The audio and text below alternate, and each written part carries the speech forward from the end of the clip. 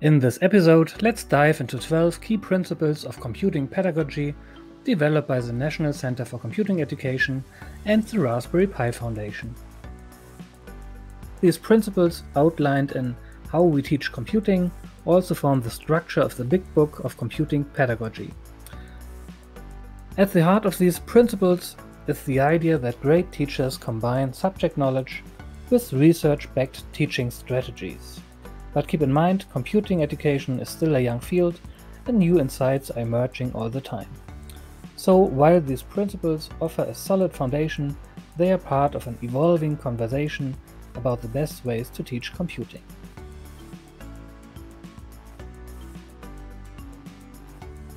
Before we break them down one by one, let's take a quick tour of the 12 principles. First up, lead with concepts. Keep the focus on core computing ideas rather than just the latest tools or programming languages. Next, unplug, unpack, repack. Use the semantic wave theory to shift between abstract and concrete learning, ensuring students grasp complex ideas step by step. Moving on, create projects. Hands-on projects can help students apply what they've learned, making their knowledge more practical and meaningful. Another key principle is challenge misconceptions. Students often develop misunderstandings about computing concepts, so it's important to identify and correct these early. To keep lessons effective, structure lessons. Plan using research-backed frameworks like Use, Modify, Create to provide a clear learning path. Collaboration is also essential, so work together, encourage teamwork with strategies like pair programming and peer instruction. Teachers should also model everything, just like an expert guiding an apprentice. Demonstrating thinking processes helps students internalize problem-solving approaches. At the same time, it is important to add variety. Different teaching methods keep lessons engaging and reflect the many dimensions of computing. To bridge the gap between theory and practice, make concrete. Relate abstract computing concepts to real-world tangible examples that students can connect with. Before writing their own code, students should read and explore code first. Understanding existing code helps build a stronger foundation for programming. A hands-on approach is key, so get hands-on, engage students with physical computing and making activities to reinforce their learning. And finally, foster program comprehension. Help students connect the structure, details and behavior of programs to develop a deeper understanding. Breaking down the principles. Lead with concepts. Computing is full of fundamental ideas, from algorithms and variables to binary numbers. Some of these are intuitive, but others can feel highly abstract. The key is to keep the focus on the concepts rather than getting lost in the latest tools or programming languages. It is important to distinguish between product knowledge and concept knowledge. A solid understanding of core computing ideas allows students to adapt to the new tools and projects with ease. To reinforce this, use consistent terminology, encourage concept mapping, and create glossaries to help students retain key terms. Regular review and practice help cement these ideas in their long-term memory, making it easier for them to build on their knowledge over time. In this video, I will also try to connect the 12 principles with key insights from John Hattie's book, Visible Learning, the sequel. For each principle, I will highlight one or two of his research findings if there is a fitting. For example, studies from 11 meta-analyses show that concept mapping has an average effect size of 0.62. Educational standards specify which concepts are important, but in a rapidly changing science, it is also helpful to use criteria to check whether an idea or concept is fundamental. For example, using the criteria of fundamental ideas of computer science according to Schwill.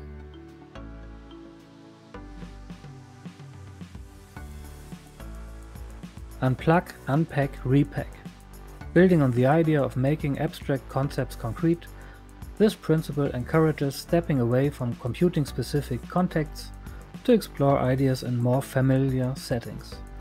Unplugged activities help learners grasp computing concepts without the distractions of digital tools. However, it is crucial that these activities always connect back to computing.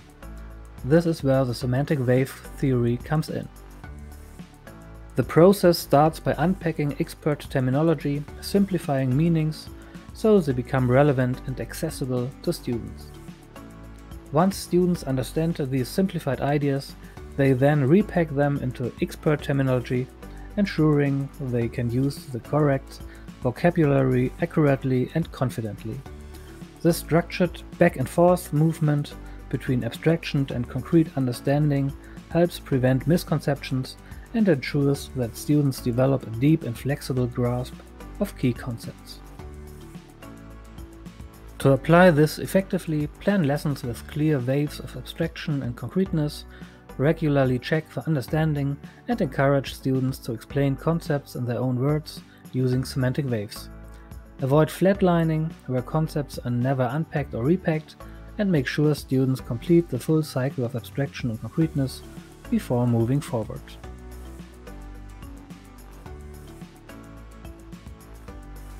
Create projects. Projects give students the chance to apply their knowledge in a meaningful way. A well-designed project provides a clear goal, a target audience, and a specific task, allowing students to make independent decisions about the tools and concepts they use. But projects are about more than just technical skills. They help students develop key workplace abilities like planning, organization, and communication. Working together, students design, analyze, and refine their work, boosting both collaboration and motivation, especially when projects connect to real-world experiences. Unlike professional software development, where specialization is key, school projects focus on a broad learning experience. Students take on different roles, coding, designing, and testing, to build a well-rounded skill set. Projects typically follow three main phases: imagine, make, and share.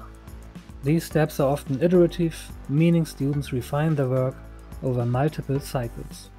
Projects can also mix software, hardware, and physical components, bridging the gap between digital and hands-on learning.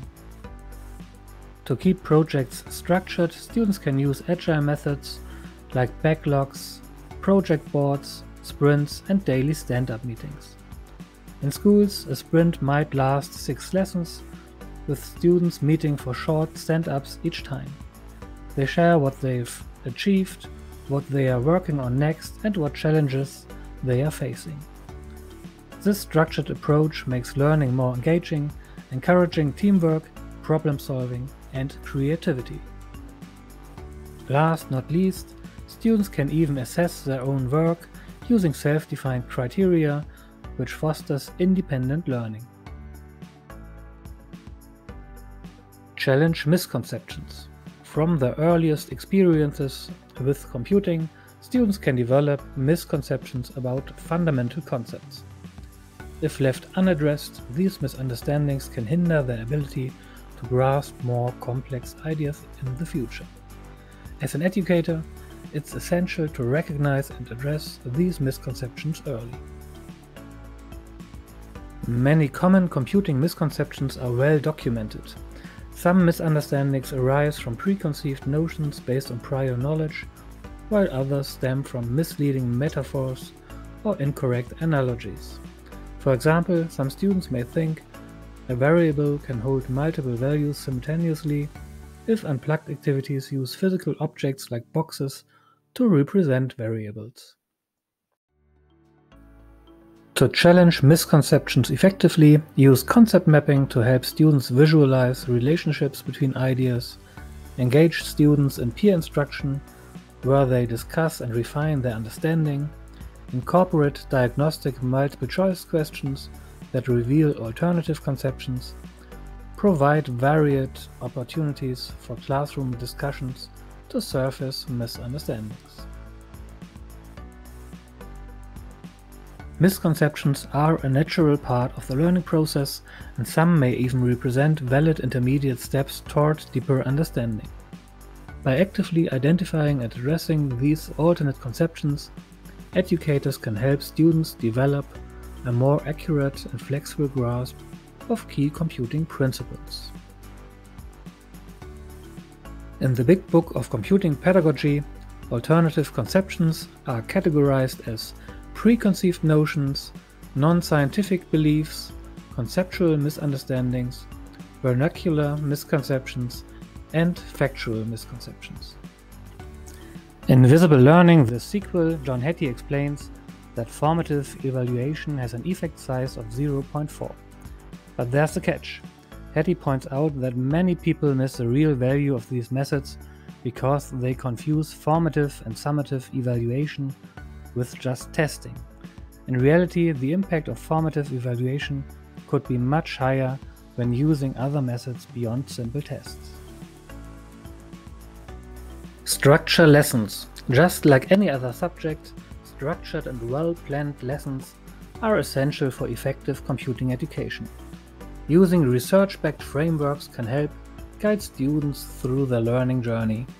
One effective approach is use, modify, create, where students first work with an existing example, then modify it, and finally create something of their own.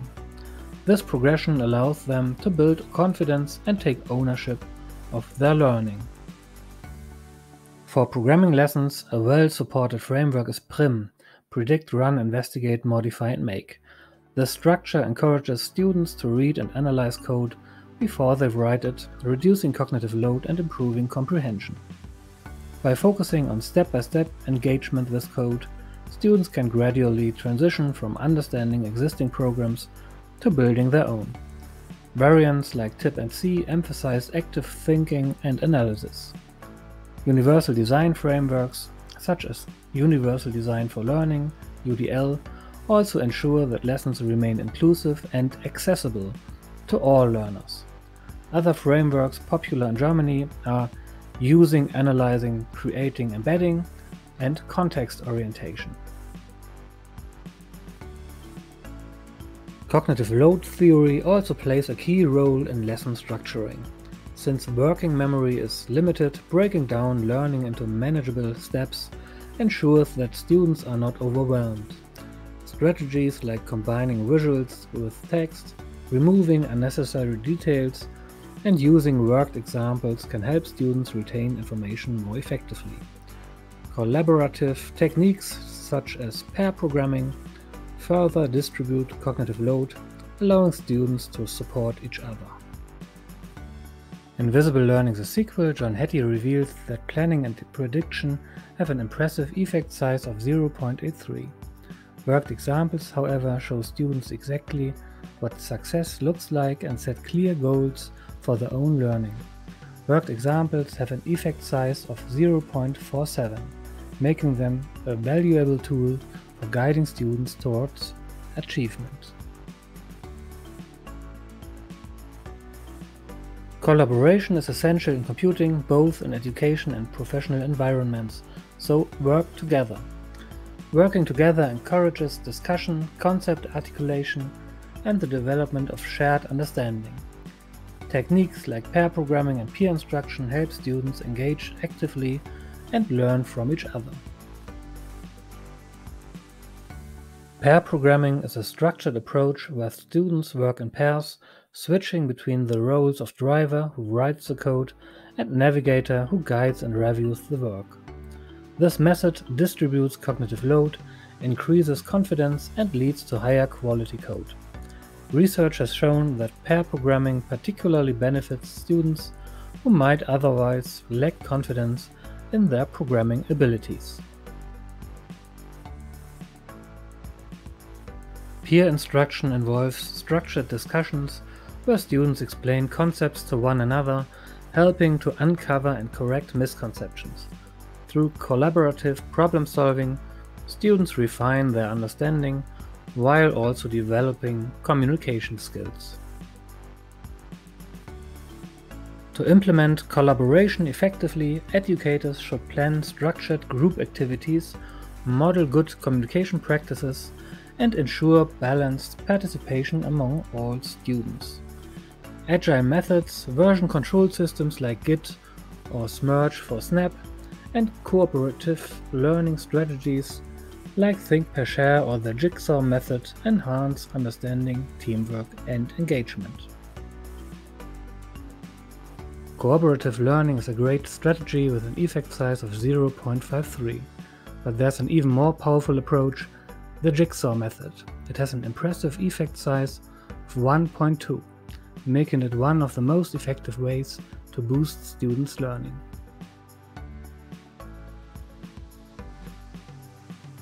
Teachers should also model everything. Many key computing skills such as debugging, program tracing and data compression are not always explicitly taught, yet students need to practice them to develop fluency. Educators play a vital role in making these processes visible through effective modeling.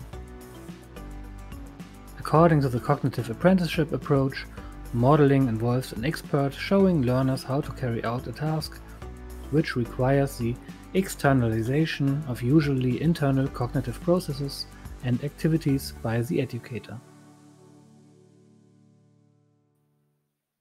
One way to model complex problem solving is through worked examples, where a complete or partial solution is provided to scaffold learning. This approach helps reduce cognitive load and gives students a structured process to follow before they attempt tasks independently. Over time, worked examples should be faded out to encourage independent problem solving. Another powerful modeling technique is live coding, where teachers write and debug code in real time while narrating their thought process. This method helps students see how experts approach programming, identify mistakes, and apply best practices. Live coding also allows educators to demonstrate that programming is not a linear process. Solutions evolve through iteration, testing, and refinement. Best practices for modeling include using sub-goal labeling to break problems into manageable steps, combining visual and verbal explanations to reinforce learning, encouraging students to explain their reasoning aloud as they work through problems, making and correcting intentional mistakes to model debugging strategies, and using videos or screen recordings to complement live demonstrations. According to Visible Learning the sequel, scaffolding and situated learning has an effect size of 0.52. It includes that teachers recognize what a learner accomplishes alone and what can be accomplished with assistance of an expert. Furthermore, effective teaching can follow a progression in which teachers gradually do less of the work and students gradually assume responsibility for their learning.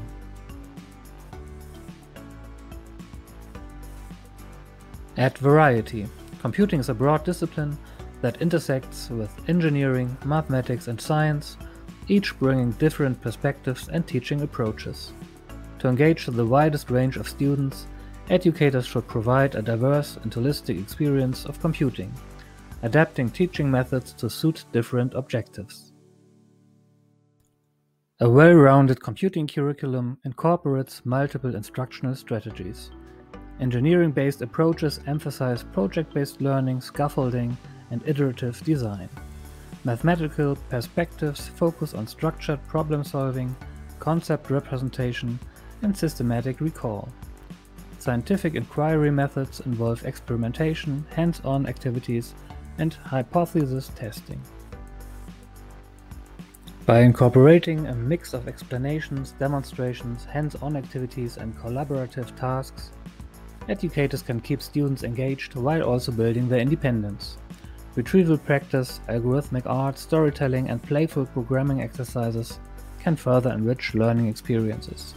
Mixing structured exercises with creative exploration ensures students see computing from multiple angles, making it more engaging and accessible for all learners. There's no one-size-fits-all approach to teaching computing. Some concepts are best taught with structured exercises, while others benefit from exploratory tasks.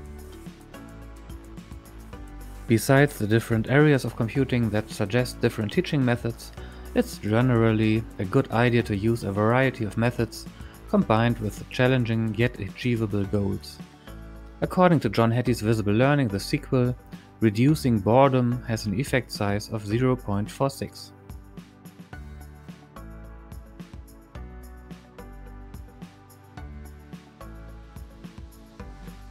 The next principle is make concrete. Computing concepts can be highly abstract and complex, making it essential to ground them in real-world, tangible examples.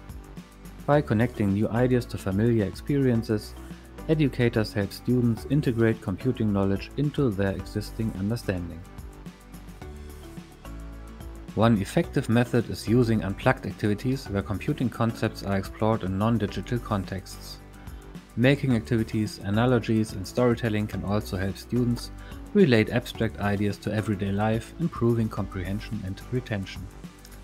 Additionally, ensuring cultural relevance in teaching materials helps create a more inclusive and meaningful learning experience for all students. Cultural and gender considerations should be taken into account to ensure all students see themselves represented in computing. By making computing concepts more concrete, educators can improve student engagement and understanding, support learners in assimilating new knowledge by linking it to prior experiences, encourage exploration through hands-on and culturally relevant projects. In summary, integrating real-world examples, interdisciplinary connections, and diverse perspectives ensures that computing remains accessible and relevant to all students.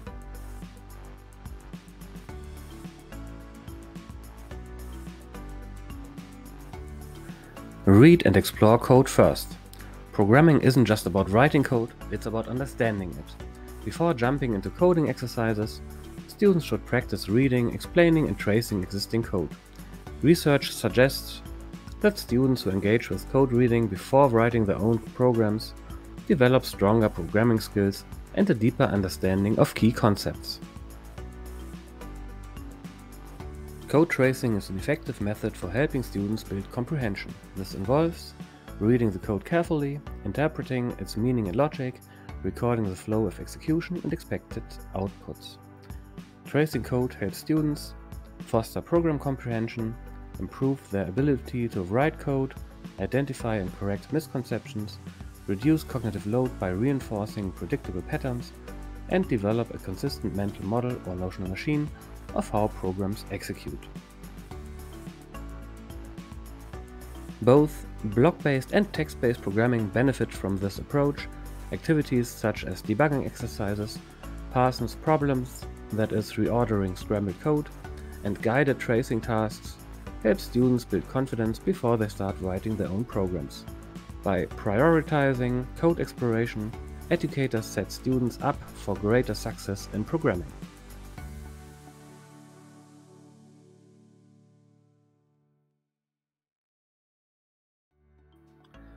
Get hands-on. Research shows that physical computing and making activities provide highly engaging hands-on experiences for learners. By integrating computing with art, craft, and design, students gain a tactile and creative way to explore computational concepts.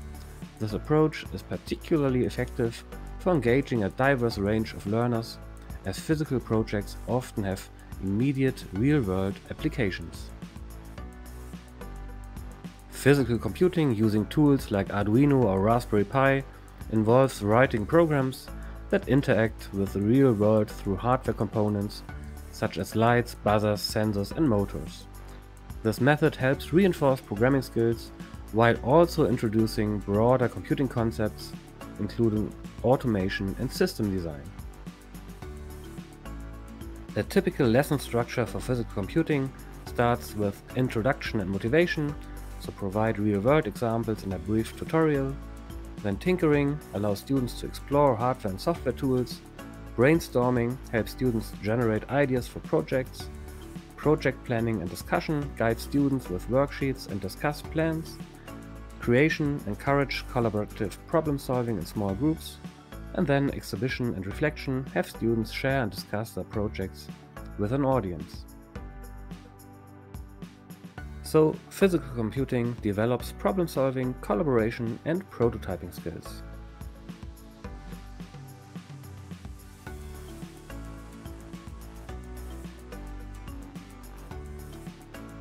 Foster program comprehension. Finally, understanding a program isn't just about knowing its syntax, it's about grasping its structure, function, and behavior. Students should develop a deep understanding of how a program is written, syntax and symbols, how it executes, and what its purpose is. One of the most effective ways to enhance program comprehension is through activities that promote debugging, code tracing, and problem solving. Again, Parsons problems, where students arrange scrambled code blocks into the correct order, can help them focus on logic rather than syntax. Similarly, tasks such as predicting the output of a program, renaming variables to improve readability, and explaining code in their own words can significantly improve comprehension. So, especially predict, run, and investigate of the prim structure are crucial for program comprehension. The block model is a useful framework that captures 12 key areas programmers use when interpreting code. Encouraging students to move fluidly between these key areas fosters a deeper and more adaptable understanding of programming. The block model comprises 4 abstraction levels: atoms, that is syntax elements, for example keywords and symbols; blocks, that is small code units, for example loops and functions; then relationships, that is connections between blocks, for example function calls; and macro structure, that is the entire program. And there are 3 perspectives. First, text, that is code as static text or syntax; then program execution or behavior, how it runs dynamically; and function, the program's purpose. As a teacher, it is important to devise activities that develop comprehension in each of these 12 key areas, where the 4 levels and 3 perspectives interact.